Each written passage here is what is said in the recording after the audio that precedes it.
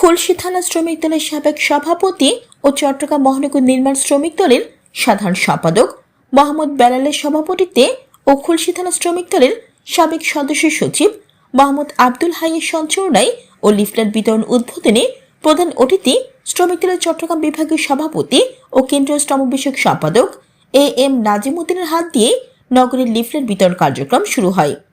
নগরের অলিতে গলিতে ভোটারদের কাছে প্রার্থীর সালাম পৌঁছে দেওয়া সহ বিএনপির 31তম পরিকল্পনা কার্যক্রম বাস্তবায়নের বার্তা নিয়ে ভোটারদের মাঝে ধানের শীষে ভোট চান।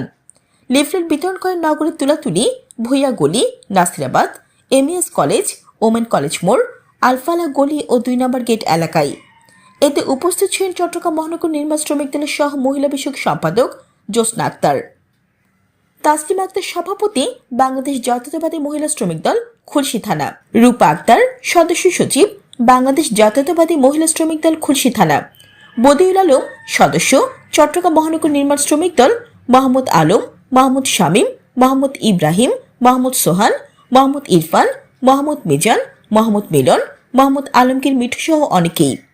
লিফলেট বিতরণ অনুষ্ঠানের প্রধান অতিথি এম নাজিমউদ্দিন বলেন, 12 ফেব্রুয়ারি আগামী ত্রয়োদশ জাতীয় সংসদ নির্বাচনে আমাদের সবাইকে ঐক্যবদ্ধভাবে চট্টগ্রাম 10 আসনের ধানের শীর্ষের প্রার্থী তরুণ পরিচ্ছন্ন রাজনীতিবিদ সাইদ আল নোমান তুর্যকে বিপুল ভোটে নির্বাচিত করতে হবে।